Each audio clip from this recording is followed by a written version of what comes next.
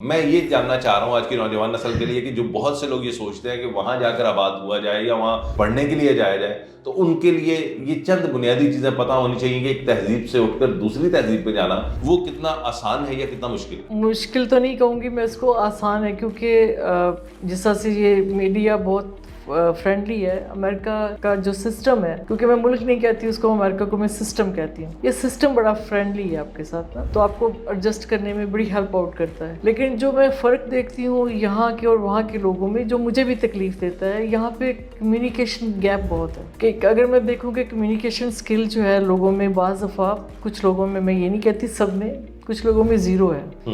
آپ کچھ بات کر رہے ہوتے ہیں، وہ کچھ اور سمجھ رہے ہوتے ہیں۔ پاکستانی معاشرے کی میں بات کروں نا، اگر کوئی شاعر مرد شاعر ہے نا، تو اس کے حوالے سے جب بھی وہ لکھے گا تو اس کی سوچ، اس کی فکر کو سامنے رکھا جائے گا اس شعر کو پرکھتے ہوئے۔ جب کوئی خاتون شاعر ہوگی نا تو ہم اس کی شخصیت سے جوڑ دیں گے، اس کو اس کی فکر سے نہیں جوڑتے ہیں۔ یہ ہماری خرابی ہے کہ ہم اس کی ذات اس میں تلاش کرنا شروع کر دیتے ہیں عام طور پہ کہ جی یہ اس نے شعر لکھا ہے تو ہو سکتا ہے کوئی نہ کوئی ماضی میں اس کا کوئی معاملہ ہوگا تو یہ سب ہوتا ہے۔ یہ سوال مجھ سے بہت دفعہ پوچھا گیا کہ کیا آپ کا کوئی عشق ناکام ہو گیا؟ میں نے کہا جن کے عشق ناکام ہو گئے اگر تو وہ شاعر ہو گئے ہیں تو مجھ سے یہ بات پوچھیے، اگر ایسا نہیں ہے تو، ورنہ ہمارے ملک میں تو ہر 15 منٹ کے بعد عشق ہو جاتا ہے لوگوں کو، تو ہر گلی گلی میں شاعر ہی ہوتے بس۔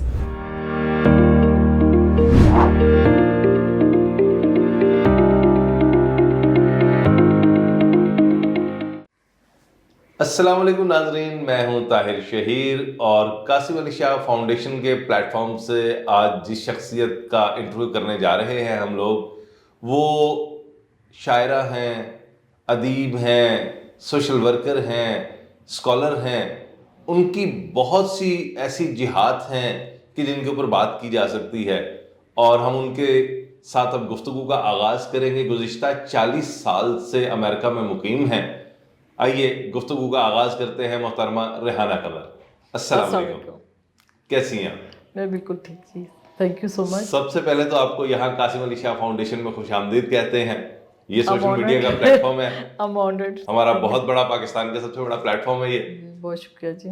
آپ سے گفتگو کا آغاز کریں گے سب سے پہلے تو اس فرق کے ساتھ کہ 40 سال آپ نے امریکہ میں گزارے ہیں، یہاں سے پاکستان سے جو آپ کا تعلق ہے وہ اب بھی ویسے کا ویسا مجھے نظر آتا ہے کہ ہر سال آپ یہاں موجود ہوتی ہیں۔ اب یہ کہ بعض دفعہ آپ کسی جگہ سے جا کے بھی نہیں جاتے ہیں نا، ذہنی طور پہ وہیں جڑے رہتے ہیں۔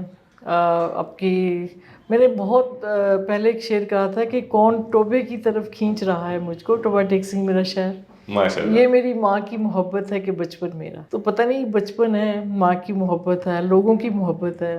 اور واقعی میں جب ٹوبہ ٹیک سنگھ میں جاتی ہوں مجھے ایسے ہی ویلکم کر رہے ہوتے ہیں سب، جیسے میرا میکا ہے، سارا شہر ہے۔ بے شک، میں نے خود دیکھا ہے کہ ٹوبا اب وہ آپ کا ایک حوالہ بن چکا ہوا ہے۔ جی بالکل، وہ پہلے منٹو کا حوالہ بنا، ٹوبا ٹیک سنگھ اس نے افسانہ لکھا، پھر بوٹا فرام ٹوبا ٹیک سنگھ ہم نے ڈرامہ دیکھا، اور اب ہم دیکھتے ہیں ایک اسکالر کو، ریحانہ فرام ٹوبا ٹیک سنگھ، اور وہاں پر پورا شہر آپ کا مداح ہے، اور آپ وہاں پر ایک معروف سماجی شخصیت کے طور پہ جانی جاتی ہیں۔ بہت شکریہ۔ تو میں اگر آپ سے یہ پوچھوں کہ یہاں کے لوگوں اور وہاں کے لوگوں کے درمیان آپ نے جو بنیادی فرق پایا وہ کیا ہوگا؟ میں یہ جاننا چاہ رہا ہوں آج کی نوجوان نسل کے لیے کہ جو بہت سے لوگ یہ سوچتے ہیں کہ وہاں جا کر آباد ہوا جائے یا وہاں پڑھنے کے لیے جایا جائے، تو ان کے لیے یہ چند بنیادی چیزیں پتہ ہونی چاہیے کہ ایک تہذیب سے اٹھ کر دوسری تہذیب پہ جانا وہ کتنا آسان ہے یا کتنا مشکل ہے؟ مشکل تو نہیں کہوں گی میں اس کو، آسان ہے، کیونکہ جس طرح سے یہ میڈیا بہت فرینڈلی ہے۔ امریکہ کا جو سسٹم ہے، کیونکہ میں ملک نہیں کہتی اس کو، امریکہ کو میں سسٹم کہتی ہوں، یہ سسٹم بڑا فرینڈلی ہے آپ کے ساتھ نا، تو آپ کو ایڈجسٹ کرنے میں بڑی ہیلپ آؤٹ کرتا ہے۔ لیکن جو میں فرق دیکھتی ہوں یہاں کے اور وہاں کے لوگوں میں، جو مجھے بھی تکلیف دیتا ہے، یہاں پہ کمیونیکیشن گیپ بہت ہے کہ اگر میں دیکھوں کہ کمیونیکیشن سکل جو ہے لوگوں میں، بعض دفعہ کچھ لوگوں میں یہ نہیں کہتی سب میں، کچھ لوگوں میں زیرو ہے۔ آپ کچھ بات کر رہے ہوتے ہیں، وہ کچھ اور سمجھ رہے ہوتے ہیں، پھر وہ کبھی کلیئر نہیں کرتے بیٹھ کے، خود ہی ناراض ہو جاتے ہیں، خود ہی دل میں سوچتے ہیں اور خود ہی اس کو کنفرم کر کے خود ہی ناراض ہو جائیں گے، آپ کو پتہ بھی نہیں ہوتا، اور میں دیکھتی رہ جاتی ہوں کہ کس لیے ناراض ہیں، کوشش کرو بات کرنے کی تو وہ کہتے ہیں کچھ نہیں ہے۔ تو مجھے صرف لوگوں کو یہ کہنا ہے کہ اپنی کمیونیکیشن سکل کو تھوڑا سا امپروو کر لیں، اس سے بہت سارے مسائل حل ہو جائیں گے، تھوڑی سی آپ کی ڈپریشن بھی کم ہو جائے گی۔ ہم جو دل میں کٹتے رہتے ہیں بیٹھ کے کہ یہ وہ فلاں بندہ یہ کر دیتا میرے لیے، اس نے یہ نہیں کیا، تو کیا ہم نے کبھی اس کو بتایا ہے ہماری ایکسپیکٹیشن تم سے کیا ہے؟ بہت اچھی بات. اور یہ یہاں تک کہ اتنے کنجوس لوگ ہیں کہ کوئی اچھا لگ رہا ہے اس کو یہ نہیں کہتے آپ اچھے لگ رہے ہو، کپڑے کسی نے اچھے پہنے وہ نہیں کہتے کہ آپ نے یہ آپ اچھے لگ رہے ہو آج. یعنی ہم سماجی طور پہ کنجوس لوگ ہیں تعریف کے حوالے سے. ہاں بالکل، مطلب آپ جس کا ڈیو رسپیکٹ ہے، جس کا دیکھیں آپ اچھے لگ رہے ہیں، آپ خوبصورت لگ رہے ہیں، یہ آپ کا حق ہے کہ میں آپ کو بتاؤں. اگر میں نہیں بتا رہی تو میں حق ادا نہیں کر رہی. تو ہم حق مارتے ہیں لوگوں کا تعریف کے حوالے سے. ایسے ہی اصل میں حوصلہ نہیں پڑتا کہ ہم کسی کو دوسرے کو مان لیں، ہم فوراً نا اپنے آپ کو اس کے مقابلے پہ لے آتے ہیں بلا وجہ خام خواہ، حالانکہ ہمارا اس کا کوئی مقابلہ نہیں بن رہا ہوتا، لیکن ہم لے آئیں گے کہ لوگ اگر اسے میں نے اچھا کہہ دیا تو پھر میں تو چھوٹا ہو جاؤں گا. اگر میں مانتے ہیں تسلیم بھی نہیں کرتے. یہ میرا بڑا دکھ ہے. میں کہتی ہوں لوگ مانتے ہیں کبھی کبھی لیکن تسلیم نہیں کرتے ہیں. تسلیم کر لیں تو بڑا بہت ہی آسانی ہو جاتی ہے بہت ساری چیزوں میں. بے شک یہ ہوئی ہے. آپ کی شاعری کے جو موضوعات ہیں اس میں وہ ایک نسائی جذبہ تو موجود ہے ہی ہے، لیکن ساتھ ساتھ ایک خاتون جو طاقتور خاتون کے طور پر ابھرتی ہے اس کا بھی بڑا واضح منظرنامہ دکھائی دیتا ہے. وہ اس کی وجہ یہ بھی ہے شاید جو بھی آپ ہوتے ہیں وہ آپ کے میں کیونکہ بزنس میں رہی ہوں شروع سے، میں نے بزنس پڑھا، بزنس سٹارٹ کیا، بزنس میں سکسیس ملی، اس کے بعد ساتھ میں بہت ساری ڈیمینشن میری جو بھی ہیں سوشل ورکر کی، پھر میں مسجد کے ساتھ انوالو رہی، بچوں کے ساتھ بچوں کی ہیلپ کرنا، دوسروں کے دکھ جو ہے نا میں نے بہت قریب سے دیکھیں، یا یہ کہہ لیں کہ ہر بندہ سینسٹیو جو ہوتا ہے وہ اپنے اوپر اس دکھ کو طاری بھی کر لیتا ہے.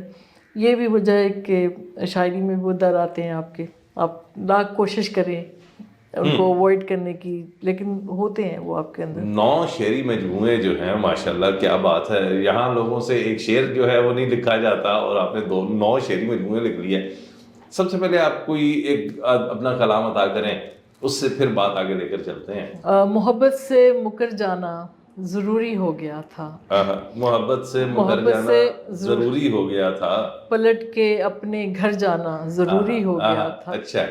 نظر انداز کرنے کی سزا دینا تھی تجھ کو. نظر انداز کرنے کی سزا دینا تھی تجھ کو. تیرے دل میں اتر جانا ضروری ہو گیا. واہ واہ واہ واہ. اچھا ہے، بہت اچھے. بس اسی طرح کی شاعری ہے میری. یہ تو ایک شاعر جب بھی اسے کہا جاتا ہے نا کچھ عطا کیجیے تو وہ کہتا ہے 2 شعر، اس کے بعد ایک چھوٹی سی نظم جو شاید آپ کو طویل لگے، اور اس کے بعد 2-3 غزلیں. تو آپ تو 2 شعر سنا کے ہی خاموش ہو گئی. میں تو سننا چاہ رہا ہوں آپ کو. ضرور جی. ابھی ایک صنم ماروی نے ابھی میری ایک غزل جو گائی ہے، مجھے بڑی خوشی ہے اور شکریہ ان کا. عید پہ ریلیز ہوئی کہ تیری فقیر محبت کے سنگ ہو گئی ہوں. تیری فقیر محبت کے سنگ ہو گئی ہوں. محبت کے سنگ ہو گئی ہوں. میں اپنی ذات کے اندر ملنگ ہو گئی ہوں. واہ واہ واہ. اچھا ہے. وہ اپنی ڈور سے اونچا اڑا رہا ہے مجھے. کیا خیال ہے. وہ اپنی ڈور سے اونچا اڑا رہا ہے مجھے. میں اس کے ہاتھ میں آ کر پتنگ ہو گئی. واہ واہ واہ واہ واہ واہ. اور یہ بات دھیان میں رکھیے گا بات کرتے ہوئے. یہ بات دھیان میں رکھیے گا بات کرتے ہوئے. میں اپنے سائیں کی ہو کے دبنگ ہو گئی. واہ. اچھا. اور نظام الدین کی بستی میں یہ کمال ہوا. نظام الدین کی بستی میں یہ کمال ہوا. میں رنگ کھیل رہی تھی کہ رنگ ہو گئی. واہ واہ واہ واہ. بہت اچھے. میں رنگ کھیل رہی تھی کہ رنگ ہو گئی ہوں. اور بھلا ہوا کہ مسائل کو پھینک پھانک کے میں بھلا ہوا کہ مسائل کو پھینک پھانک کے میں دھمال ڈالنے والوں کے سنگ ہو گئی. واہ واہ واہ. میں اپنی ذات کے اندر ملنگ ہو گئی. واہ واہ واہ. یہ تو باقاعدہ اس غزل میں وہ ایک ملامتی صوفی کا انداز جو ہے وہ بھی واضح نظر آ رہا ہے. بہت اچھا. وہ بس ایج کے ساتھ ساتھ میرے خیال میں ہم جا کے جڑتے وہی ہیں. ہاں جی بالکل ایسا ہی ہے. وہ راستہ چاہے ہم جون سی مرضی گلی لے لیں، آخر کار منزل وہی ہے. وہی سکون وہاں جا کے ملتا ہے. یہ کہہ لیں. تو آغاز کیسے ہوا شاعری کا؟ مطلب یہ عام طور پہ میں یہ سوال اس لیے کرنا چاہ رہا ہوں کیونکہ ہم پاکستانی معاشرے کی میں بات کروں نا، اگر کوئی شاعر مرد شاعر ہے نا تو اس کے حوالے سے جب بھی وہ لکھے گا تو اس کی سوچ، اس کی فکر کو سامنے رکھا جائے گا اس شعر کو پرکھتے ہوئے. جب کوئی خاتون شاعر ہوگی نا تو ہم اس کی شخصیت سے جوڑ دیں گے، اس کو اس کی فکر سے نہیں جوڑتے ہیں. یہ ہماری خرابی ہے کہ ہم اس کی ذات اس میں تلاش کرنا شروع کر دیتے ہیں عام طور پہ کہ جی یہ اس نے شعر لکھا ہے تو ہو سکتا ہے کوئی نہ کوئی ماضی میں اس کا کوئی معاملہ ہوگا تو یہ سب ہوتا یہ ہے. سوال مجھ سے بہت دفعہ پوچھا گیا کہ کیا آپ کا کوئی عشق ناکام ہو گیا. میں نے کہا جن کے عشق ناکام ہو گئے ہیں اگر تو وہ شاعر ہو گئے ہیں تو مجھ سے یہ بات پوچھیے. اگر ایسا نہیں ہے تو ورنہ ہمارے ملک میں تو ہر 15 منٹ کے بعد عشق ہو جاتا ہے لوگوں کو, تو ہر گلی گلی میں شاعر ہی ہوتے بس. آپ کا یہ شکریہ, آپ نے 14 منٹ کا مارجن دے دیا, ہر 15 منٹ بعد کروا رہی ہے. ٹھیک کہہ رہی ہے. یہ اصل میں آپ یہ پوچھ سکتے ہیں کہ آپ کو کب پتہ چلا کہ آپ شاعر ہیں. تو میں 7ویں گریڈ میں تھی, اور یہ بات بہت دفعہ بتا چکی ہوں کہ میری مس نے کہا تھا کچھ لکھ کے لائیے, قائد اعظم پہ ہمیں کچھ لکھنا تھا. تو میں نے نظم لکھنے کی کوشش کی. کوئی میرے دادا شاعر تھے, تایا شاعر تھے, تو ہمارا ادبی ماحول تھا یہ. تو جس طرح سے وہ کرتے تھے, میرا بھائی یہ بھی شاعری کرتا تھا, تو جس طرح وہ لکھتے تھے میں نے بھی کچھ کوشش کی, تو وہ اچھی کچھ لکھی گئی. تو مس نے پوچھا کہاں سے لی. میں نے کہا مس خود لکھی ہے. تو انہوں نے ایک تھپڑ لگایا, ایک جھوٹ بولتے ہو, ایک چوری کرتے ہو. تو ادبی تھپڑ مجھے 7ویں گریڈ میں پڑ گیا تھا, یہ کہتے ہوئے کہ آپ نے کہاں سے چوری کی ہے. تو اس کے بعد تو پھر جب بھی چوری کا الزام لگا مجھے کبھی دکھ نہیں ہوا, کیونکہ مجھے پہلے تربیت ہو گئی تھی میری. تو باقی یہ اس وقت, پھر اس کے بعد جو پہلا میچور شعر تھا میرے خیال میں نے 22 سال کی ایج میں کہا ہوگا, وہ تھا کہ مجھے آج بھی یاد ہے کہ دنیا کی باتوں کو چھوڑ تجھ کو کیسی لگتی ہوں. دنیا کی باتوں کو چھوڑ تجھ کو کیسی لگتی ہوں. تو یہ میرے خیال میں 20-22 سال کی ایج کا یہ شعر ہے. اس وقت پھر لوگوں نے مجھے بتایا کہ آپ اچھی شاعری کرتے ہو. اچھا پھر میرا نکاح ہو گیا. جیسے مائیں سمجھاتی ہیں کہ اب تم نے شاعری نہیں کرنی, یہ ڈائری میرے پاس ہی چھوڑ دو, تمہارا ہسبینڈ کیا سوچے گا, کس کے لیے لکھ رہی ہو, شک کرتے ہیں ہسبینڈ. یہ بات مجھے سمجھائی گئی. ہاں یہ کہا جاتا ہے نا, اسی لیے تو دیکھیں نا شادی ہوتی تو عموماً خواتین اپنا نمبر بدل لیتی ہیں. فیس بک پہ بھی صرف وہ آیت کا ایک وہ لگا دے گی, یا فیلنگ بلیسڈ کے ساتھ آ جائے گی, یا اس طرح کا وہ چلتا ہے. ہمارے ہاں عام طور پہ یہ تصور پایا جاتا ہے کہ شوہر شکی مزاج ہوگا تو وہ ایسے ہی سوچے گا کہ پتہ نہیں ماضی میں کیا اس کو دھوکے ملے ہیں. تو میرے ہسبینڈ کیونکہ میرے ریلیٹیو بھی تھے, تو انہوں نے مجھ سے پوچھا تم تو شاعری کرتی تھی, تمہاری تو کتاب وہ فلاں غزل آئی تھی اخبار جہاں میں نے بھی پڑھی تھی. تو میں نے کہا امی نے منع کر دیا ہے وہ. تو انہوں نے کہا لاؤ مجھے ڈائری دو نکال کے وہ. تو انہوں نے پھر میری 2-3 غزلیں جو ہمارے لوکل اخبار میں بھیجی. وہاں سے مجھے پھر انویٹیشن ہوئی پہلی جو ہے میچور مشاعرے کی. تو میں نے وہ مشاعرہ پھر وہاں USA میں نیو یارک میں پڑھا. ویسے میں ڈیبیٹ کرتی رہی, یہاں پہ بیت بازی میں جاتی تھی. جو میں نے مشاعرہ پڑھا تھا وہ ینگ ایج میں وہ گوجرے کا مشاعرہ تھا, یہاں بڑا ہر سال مشاعرہ ہوا کرتا ہے. تو آئی واز لائک کتنا 14 سال کی ایج میں تو وہاں چلی گئی تھی. تو مجھے 14-15 سال کی ایج میں نے وہ مشاعرہ پڑھا ہوگا شروع سے. پسندیدہ غزل کون سی آپ کی؟ ویسے تو دیکھیں کسی بھی شاعر کے لیے اس کا سارا کلام ہی بہترین ہوتا ہے. وہ اولاد آج کل میں جس دور سے گزری ہوں, میرے بچے جو ہیں پڑھ لکھ کے موو آؤٹ ہو گئے, بیٹی کی شادی ہو گئی, چھوٹے بیٹے کی شادی ہو گئی. مجھ سے کسی نے پوچھا کتنے بچے ہیں, میں نے کہا 2 بیٹے تھے. تو کہتے ہیں اللہ رحم کرے کیا ہوا, میں نے کہا ایک کی شادی ہو گئی. تو وہ بچوں کے حوالے سے میں ایک غزل آج کل مجھے بڑا خود کوئی بھی اچھا لگتا ہے اور ہانٹ کرتی ہے تھوڑی, کہ میرے گھر میں دیکھنے کو ایک تماشا رہ گیا, میرے گھر میں دیکھنے کو ایک تماشا رہ گیا, اڑ گئے سارے پرندے پیٹ تنہا رہ گیا. اور اس کے کمرے میں پڑی اس کی اداسی رہ گئی, اس کے کمرے میں پڑی اس کی اداسی رہ گئی, جا چکی گڑیا مگر اس کا کھلونا رہ گیا. اب یہاں آسیب سا کوئی ڈراتا ہے مجھے, اب یہاں آسیب سا کوئی ڈراتا ہے مجھے, جا چکے ہیں سارے مہمان گھر کھنڈر سا رہ گیا. اور سانحہ در سانحہ در سانحہ ہے زندگی, سانحہ در سانحہ در سانحہ ہے زندگی, اتنا کچھ سہ کر بھی لگتا ہے بہت سا رہ گیا. اور لیکن اس گھر سے گئی بیٹی کو یہ بتلائے کون, لیکن اس گھر سے گئی بیٹی کو یہ بتلائے کون, ماں اکیلی رہ گئی ہے باپ تنہا رہ گیا. اور پھر قمر آیا نہیں گجرے بنانے کا خیال, پھر قمر آیا نہیں گجرے بنانے کا خیال, پھول ہاتھوں میں لیے آنگن کا پودا رہ گیا، نہیں واہ واہ واہ، بہت اچھے، اس کے کمرے میں پڑی اس کی اداسی رہ گئی. بہت اچھے، تو بس کیا اس اچھا ہے، واہ واہ واہ.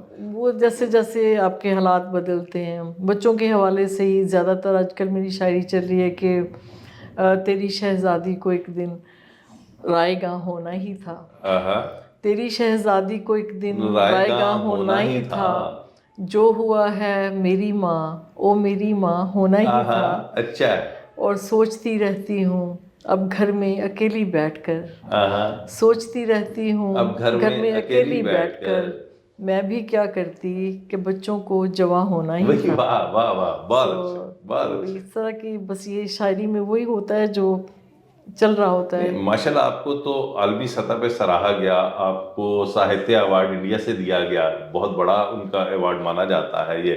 اس کے علاوہ آپ کو یو این او سے ایوارڈ دیا گیا پیس کے حوالے سے، امن کے حوالے سے.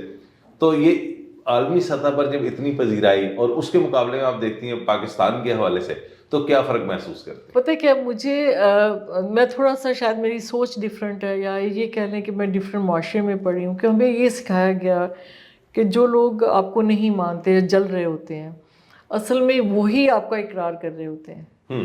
مجھے ان لوگوں پہ اتنا ترس آتا ہے کہ میں کل بھی ایک محفل میں تھی، خواتین کا رویہ ٹو می دیکھتی ہوں تو میں دیکھتی ہوں، سوچتی ہوں کہ ان کو اتنی مطلب لگی ہوئی ہوتی ہے. میں تو اپنے مزے میں کام کر رہی ہوتی ہوں، لیکن وہ دیکھ رہی ہوتی ہیں یہ کہاں جا رہی ہے، کیا مشاعرہ پڑھ رہی ہے، کیا ہو رہا ہے، کیا کر رہی ہے. تو میں سوچتی ہوں اتنی اذیت میں سے یہ لوگ گزرتے ہیں، اتنی اذیت میں یہ لوگ رہتے ہیں، تو کاش میں ان کے لیے کچھ کر سکوں. سو آنیسٹلی یہ میں نے دیکھا ہے، سوچا ہے، کیونکہ ان لوگوں کو، یہ وہی لوگ ہیں جو آپ کی جگہ پہ آنا چاہتے ہیں لیکن نہیں پہنچ پاتے، تو پھر آپ کی بات کرتے ہیں. ہمارے ہاں کہتے ہیں کہ نو باڈی کک دا ڈیڈ ڈاگ. اب جو مرا ہوا کرتا اس کو کوئی ٹھوکر نہیں لگاتا. یہ لوگ ڈرے ہوئے ہوتے ہیں اصل میں آپ سے نا، کہ یہ اور آگے چلی جائے گی یا ہمیں یہ مقام نہیں ملے گا. کچھ نہ کچھ ہوتا ہے ان کے اندر چل رہا ہوتا ہے. ہم موازنے کے چکر میں پڑ جاتے ہیں نا، اور پھر ہم اپنی زندگی کا بہت سا حصہ، بہت سی توانائیاں اس بات پہ صرف کر دیتے ہیں کہ دوسرا کیوں آگے جا رہا ہے، دوسرا آگے کیوں بڑھ رہا ہے. ہمارا حوصلہ نہیں پڑتا اس بات کو ماننے کے لیے کہ قدرت نے اس کے اندر کچھ چیز ایسی رکھی ہے تو اسے وہ نوازا گیا ہے نا، اسے لوگوں نے سراہا. اصل میں ہم لوگوں کا یہ بھی معاشرے کا ہے کہ ہم نے اسلام کو، مطلب ہم پیدا ہوئے ہیں مسلمان، ہمارے جیسے لوگ جو ہیں جو چھوٹی عمریں چل جاتے ہیں، ہم لوگ دین کو سیکھتے ہیں. جب آپ دین کو سیکھتے ہیں اس میں آپ بہت چینج ہو جاتے ہیں. پھر آپ کو پتہ ہے کہ اللہ نے آپ سے وعدہ کیا ہے کہ عزت ذلت اس کے ہاتھ میں ہے. تو میں جس بندے کو عزت ملی ہے میں تو جا کے اس کی بہت عزت کروں گی، کیونکہ میرے رب نے اس کو عزت دی ہے. ٹھیک ہے نا. اب اگر میں نہیں کرتی ہوں تو میں تو اللہ کے ساتھ ایک پھڈا کر رہی ہوں نا، کہ تو دے رہا ہے تو کیوں دے رہا ہے. تو یہ بات جب دین کی سمجھ آ جاتی ہے نا ہمیں، تو پھر ہم لوگ اس طرح کے نہیں رہتے ہیں. ہم لوگ بڑے مطمئن سے ہو کے بیٹھ جاتے ہیں. اس نے کہا ہے کہ جو ہو رہا ہے وہ آپ کے اچھے کے لیے ہو رہا ہے، تو میں یقین کرتی ہوں جو ہو رہا ہے میرے اچھے کے لیے ہو رہا ہے. اگر کوئی مجھے برا کہہ رہا ہے تو میں، انسان کی طاقت ہی نہیں ہے آپ کو برا کہے، تو میرے کسی عمل کا وہ ہے جو میں خود لہٰذا بھگت رہی ہوں، تو میں اللہ سے معافی مانگوں گی کہ مجھے معاف کر دے، میرے ساتھ یہ برا ہو رہا ہے. تو اس کے پاس لے کے جاؤں گی نا، جس نے تخلیق کیا، جس نے بنایا. جیسے ہم گاڑی جس کمپنی کی ہوتی لے کے جاتے ہیں، انسان کو بھی ہم اللہ کے پاس لے کے جائیں نا، اس نے بنایا. تو میں کہتی ہوں اللہ تو اس کو جو ٹوٹ گیا جوڑ دے، تو اس کو ہو جاتا ہے وہ. بہت اچھا. آپ کا تعلق فیصل آباد، ٹوبہ ٹیک سنگھ، وہاں کے لوگوں کے اندر جو ان کی گھٹی میں چیز موجود ہے وہ ہے مزاح. تو آپ کی شخصیت بھی اس میں مجھے بڑی واضح نظر آتی ہے. عام روزمرہ کی گفتگو میں جب میں دیکھتا ہوں تو وہ بات کم اور جگت زیادہ آ رہی ہوتی ہے. تو لکھتے ہوئے بھی کبھی یہ خیال آیا کہ میں مزاح کے رنگ میں کچھ ہونا چاہیے؟ نہیں، مزاح پھر کیا ہی جاتا ہے نا، لکھا تو پھر سیریس جاتا ہے. آپ مجھے پتہ ہے آپ مزاح لکھتے ہیں، لیکن مجھے پتہ ہے ہاں کہ وہ جو سہا جاتا ہے وہ لکھا جاتا ہے، وہ ورنہ پھر یہ تو باتیں کرنے کی ہوتی ہے نا. نہیں، جیسے میں دیکھ رہا تھا وہ ہارون کے ساتھ جب گفتگو ہو رہی تھی تو اس نے پوچھا آپ کے حوالے سے، تو آپ نے فوراً بولا ریحانہ قمر یہ موسم اور یہ موسم ہنسی، واہ واہ واہ کیا بات یہ ہے. موسم ہنسی. تو یہ فی البدی دماغ میں فیصلہ آباد والوں کے آتا ہے میرا خیال ہے، اس میں کوشش نہیں جین ہے، کرنی آپ کی پڑتی. جین ہے نا، ہر علاقے کا بندہ ہوتا ہے، جیسے ہر موسم کا پھل ہے ہر علاقے کا بندہ ہے، سو وہ تو اس میں ہوگا. تو اصل میں وہ جس طرح یہ اچھی مثال ہے کہ ہر موسم کا پھل ہوتا ہے، اس کا ایک خاص ذائقہ ہوتا ہے، اسی طرح فیصلہ آباد کا جو پھل ہے نا اصل میں اس کے اندر وہ جگت موجود ہے. وہ تو بس چھیڑے نا اس کو. بہت اچھا، ٹھیک ہو گیا. آپ کی وہ غزل مجھے ذاتی طور پہ بہت پسند ہے، ردیف جس میں ہے میں تھی، وہ ہمارے ناظرین کو. بادشاہ تیرے اعصاب پہ تاری میں تھی، بادشاہ تیرے اعصاب پہ تاری میں تھی، وہ بھی دن تھے کہ تیری راج کماری میں تھی، یہ بھی سچ ہے کہ مجھے مار دیا ہے تو نے، یہ بھی سچ ہے کہ مجھے مار دیا ہے تو نے، یہ بھی سچ ہے کہ تجھے جان سے پیاری میں تھی، ساری دنیا کو پتا ہے کہ نہیں تم میرے، اور ساری دنیا کو پتا ہے کہ تمہاری میں تھی. اور درد کب تھا وہ تیرے دل میں جنوں تھا میرا، کیا اچھا مصرع ہے. درد کب تھا وہ تیرے دل میں جنوں تھا میرا، اشک کب تھے وہ تیری آنکھ سے جاری میں تھی. واہ واہ مقرر، کیا بات ہے. اشک کب تھے وہ تیری آنکھ سے جاری میں تھی. بہت اچھے. اور مجھ کو دنیا نے کمر بانٹنا چاہا لیکن، مجھ کو دنیا نے کمر بانٹنا چاہا لیکن، جس طرف دل تھا ادھر ساری کی ساری میں تھی. واہ واہ واہ واہ واہ، کیا خوبصورت شعر ہے. بہت اچھے، بہت اچھے. آخر میں ہماری نوجوان نسل کو اگر کوئی پیغام دینا چاہیں آپ، ہمارے نوجوان شاعروں کو کوئی پیغام دینا چاہیں؟ دونوں کے لیے پیغام ہے. پتہ ہے یہ ہم لوگ جو ہیں گوگل کے پیچھے لگ کے نا، ہم نے بہت ساری مس انفارمیشن جو ہے نا وہ بھی کلیکٹ کر لی ہوئی ہے. تو مجھے لگتا ہے کہ ہم لوگوں نے جو سیکھا اپنے بزرگوں سے، ان کے پاس بیٹھ کے ان کی زندگی کا جو نچوڑ تھا وہ سیکھا ان سے نا، تو یہی ان لوگوں کے پیغام ہے دے سکتی ہوں ان کو کہ اپنے بڑوں کے پاس بیٹھا کریں، جو ہمارے اسکالر ہیں، جو ہمارے سکھانے والے لوگ ہیں، جن سے ہم کچھ لے کے اٹھیں، وہ ان کے پاس بیٹھا کریں. گوگل ہر چیز نہیں دے سکتا آپ کو، بعض دفعہ گوگل آپ کو لہجہ نہیں سکھا سکتا، بعض چیزیں جو ہیں وہ ہمارے بڑے کہہ رہے ہوتے ہیں تو آدھی بات ہوتی ہے، آدھا ان کا لہجہ ہوتا ہے جو ہمیں وہ بتا رہے ہوتے ہیں. تو میں اپنے بچوں کو کبھی کہتی ہوں کہ مجھے میسیج نہیں کرو، مجھے کال کرو، بے شک تم کم کرو، کیونکہ مجھے ان کا لہجہ سننا ہوتا ہے کہ اگر وہ کہہ رہا ہے اماں میں ٹھیک ہوں تو مجھے نہیں لگتا وہ ٹھیک ہے. ٹھیک ہے نا، مجھے اس کے لہجے کو سننا ہے کہ وہ ٹھیک ہے کہ نہیں ہے. تو یہ جو لہجے ہیں یہ بہت ہماری زندگی میں ان کا عمل دخل ہے، تو اس کو سننا چاہیے. بہت اچھی بات ہے کہ لفظ سے زیادہ معتبر شے لہجہ ہے. لہجہ ہے کیونکہ وہ لہجہ بتاتا ہے ہمارے اندر کیا ہے. لفظ تو ہمارے باہر کی بات کر رہا ہے نا. تو حقیقت یہی ہے. کیا خوبصورت بات کی ہے ریحانہ نے کہ واقعتاً جس طرح ایک پیڑ اگر اپنی جڑوں سے کٹ جائے تو قائم نہیں رہ سکتا، اسی طرح آج کی نوجوان نسل اگر اپنے بڑوں سے کٹ جائے گی تو وہ کیسے آگے بڑھ پائے گی. کہ وہ معلومات تو گوگل دے سکتا ہے، علم نہیں دے سکتا، شعور نہیں دے سکتا، محبت نہیں دے سکتا. وہ ساری محبت ان لہجوں میں چھپی ہے جو آپ کے اپنوں کے صورت میں آپ کے ارد گرد موجود ہے. تو پیار کیجئے، محبت کیجئے اپنوں سے، اپنوں کی سنیے، اپنوں کے لہجوں میں چھپے کرب کو، درد کو محسوس کیجئے، ان کی خوشیوں میں شامل ہو. بہت محبت، بہت شکریہ. اللہ حافظ.